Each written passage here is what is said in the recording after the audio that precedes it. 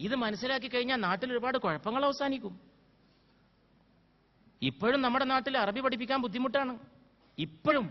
ഇപ്പൊ കേരളത്തിൽ പുതിയ നിയമം കൊണ്ടുവന്നിരിക്കുന്നത് നിങ്ങളൊക്കെ മനസ്സിലാക്കിയിട്ടുണ്ടാവും ഞാൻ വിശ്വസിക്കുന്നു. ഇല്ലെങ്കിൽ മനസ്സിലാക്കണം. ഇപ്പൊ കേരളത്തിൽ കൊണ്ടുവന്നിരിക്കുന്ന പുതിയ നിയമം ഭാഷകളുടെ കാര്യത്തിൽ ഓരോരുത്തർക്കും ചോയ്സ് കൊടുത്തിരിക്കണമെന്നാണ്. ഇംഗ്ലീഷിനെയും അതിൽപ്പെടുത്തി, സകല ഭാഷകളെ അതിൽപ്പെടുത്തി.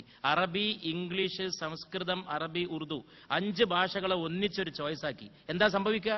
കുട്ടികൾ ഇംഗ്ലീഷ് പഠിച്ചു പോരുന്നത് ഇംഗ്ലീഷ് എടുക്കും, അറബി എടുക്കാതിരിക്കാൻ, ഇങ്ങനെയുള്ള ഭാഷകളെ അവഗണിച്ച് നിർത്താൻ ഭാഷകളൊക്കെ പഠിപ്പിക്കാൻ സൗകര്യം ചെയ്യണം. അതിനേക്കാളും അത്ഭുതം, ഹിന്ദിയിൽ ഇറങ്ങുന്ന പല സിനിമകളുടെയും പേര് അറബിയാണെന്നുള്ളതാണ്.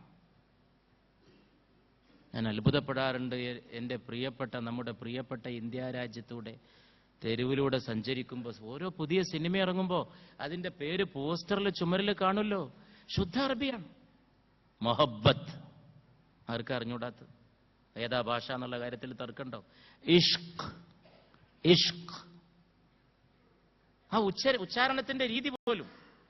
വേറെ ചില സംഗതികൾ കൂടി അറിഞ്ഞാൽ ആളുകൾ അത്ഭുതപ്പെട്ടു പോകും. നല്ലൊരു ഹിന്ദി പാട്ട് പാടണമെങ്കിൽ ഇപ്പോഴും അറബിയുടെ ഉച്ചാരണത്തോടെ പാടിയാലേ ഉത്തരേന്ത്യക്കാർ സ്വീകരിക്കൂ. നിങ്ങൾ വിശ്വസിക്കൂ അത് പറഞ്ഞാൽ? ഉദാഹരണമായിട്ട് ഞാൻ പറയാം. ഖാബ് എന്ന വാക്ക് നിങ്ങൾ ഖാബ് എന്ന് പാടിയാൽ ഉത്തരേന്ത്യക്കാർ സ്വീകരിക്കൂല. ഖാബ് എന്ന് പാടണം. എന്ന സ്വരം ആർക്കും അറിഞ്ഞുകൂടാത്തത്? അത് അറബി ഭാഷയുടെ സ്വരാണെന്ന് ആരെങ്കിലും ഉണ്ടോ ഈ ലോകത്ത്? ഹ എന്നത് അറബിയുടെ ഒരു പ്രത്യേകതയാണെന്നുള്ളത്. അറബി വളരെ മനോഹരമായിട്ടുള്ള ഭാഷയാണ്, ആഴമുള്ള ഭാഷയാണ്, പുണ്യ നബിയുടെ ഭാഷയാണ്, വിശുദ്ധ ഖുർആന്റെ ഭാഷയാണ്. ആകാശത്തുനിന്ന് അള്ളാഹു അവന്റെ കലാം ഇറക്കാൻ തിരഞ്ഞെടുത്ത ഭാഷയാണ്. അതിലപ്പുറം എന്ത് പറയണം? ഖുർആനിൽ എത്രയോ സ്ഥലത്ത് പറഞ്ഞിട്ടുണ്ട്, ലിസാനൻ അറബിയൻ. ഇത് മനോഹരമായ അറബ് ഭാഷയിലാണ് ഈ വിശുദ്ധ ഖുർആൻ. ഉഹിബ്ബുൽ അറബ ലിസലാസിൻ ലിഅന്നി അറബിയ്യുൻ വൽ ഖുർആനു അറബിയ്യുൻ വകലാമു അഹ്ലിൽ ജന്നത്തി അറബിയ്യുൻ എന്ന് വിശുദ്ധ റസൂൽ സല്ലല്ലാഹു അലൈഹി വആലിഹി വഅസ്ഹാബിഹി വസല്ലം ഒഴിഞ്ഞു. 3 കാര്യങ്ങളുടെ പേരിൽ നിങ്ങൾ അറബിയെ ഇഷ്ടപ്പെടണം. ഒന്ന്, ഞാൻ അറബിയാണ്. ഒന്നാമതായിട്ട് അത് തന്നെ പറയുന്നത്.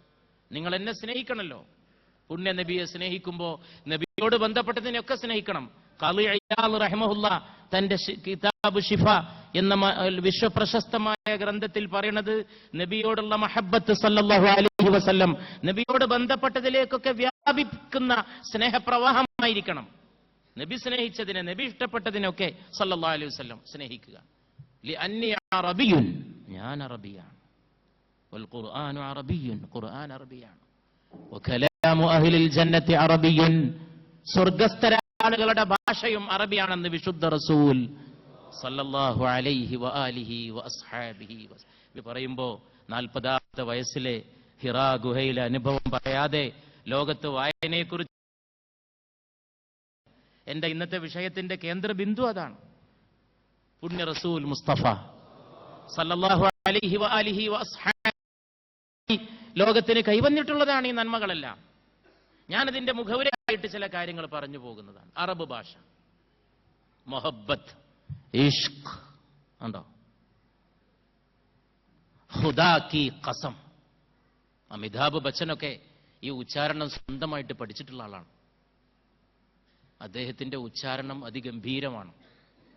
അത് സ്വന്തമായിട്ട് പഠിച്ചിട്ടുള്ള ആളാണ്. അങ്ങനെ പഠിക്കാതെ അങ്ങനെ ഉച്ചരിക്കാൻ സാധിക്കില്ല.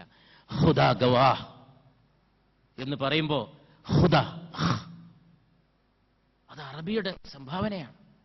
ഖുർബാനി എന്നൊരു പദമുണ്ട് ഹിന്ദിയിൽ, ഖുർബാനി.